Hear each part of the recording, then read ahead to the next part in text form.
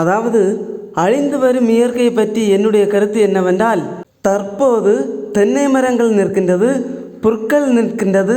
இந்த புற்கள் நிற்பதால் தான் இந்த பசுவை போன்ற தாவர உண்ணிகள் எல்லாம் இவற்றை உண்டு அருமையான முறையில் நமக்கு பால் கிடைக்கின்றது. நாம் ஆரோக்கியமான முறையில் வாழ்வதற்கும் ஏதுவாக இருக்கின்றது. இப்போது நாம் இந்த இயற்கையான தென்னை மரங்கள் புல்களை எல்லாம் அகற்றி விட்டோம் என்றால் நமக்கு தேவையான ஆக்சிஜன் கிடைக்காது, தேவையான நீர்கள் கிடைக்காது. ஆனால் இவையெல்லாம் இருப்பதால் நமக்கு இந்த இடத்தில் கடும் வெயில் அடித்தால் கூட இந்த மரங்கள் மூலமாக வருகின்ற குளிர்காற்றானது நம்மை வெப்பத்திலிருந்து விடுபட செய்கிறது. அத்துடன் நாம் சுத்தமான காற்றும் சுவாசித்து இயற்கையோடு இயற்கையாக ஒன்றி வாழ முடிகிறது. இதே நேரத்தில் இந்த மரங்கள் எதுவும் இல்லாமல் இருந்தால் மொத்தமாக வெயிலானது நம் உடல் மீது பட்டு பல்விதமான நோய்கள், தேவையற்ற உடல் சார்ந்த பிரச்சனைகள் வருவதற்கும் ஏதுவாக இருக்கின்றது. இப்போது பாருங்கள், எவ்வளவு அழகான காற்று நம் தேகம் மீது படுகின்றது. இப்போது தேகம் குளிர்கிறதா இல்லையா? இது புரியாமல் நிறைய இடங்களில் மரங்களை எல்லாம் வெட்டி கொண்டே போகிறார்கள்.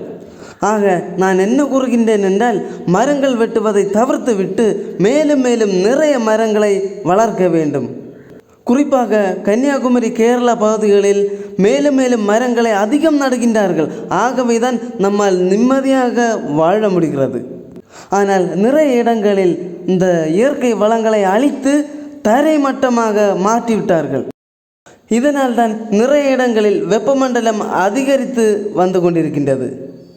இதை முற்றிலுமாக பொதுமக்களாகிய நாம் முன்னின்று தடுத்தாக வேண்டும் என்பதனை இத்தருணத்தில் கூறிக்கொள்கிறேன். நாம் வளர்க்க வேண்டும். அப்போதுதான் நமக்கு ஏற்ற ஒரு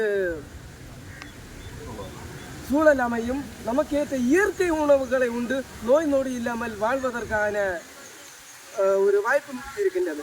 இப்போது பனை மரம் எடுத்துக்கொள்வோம். பனை மரத்தில் இருந்து தக்காளி, அந்த கல், பனை, பதநீர், பனம்பழம் இவை அனைத்தும் உண்டு நாம் வாழ்ந்தால் நம்முடைய உடல் மிகவும் பலமாகவும் சுறுசுறுப்பாகவும் இருக்கு.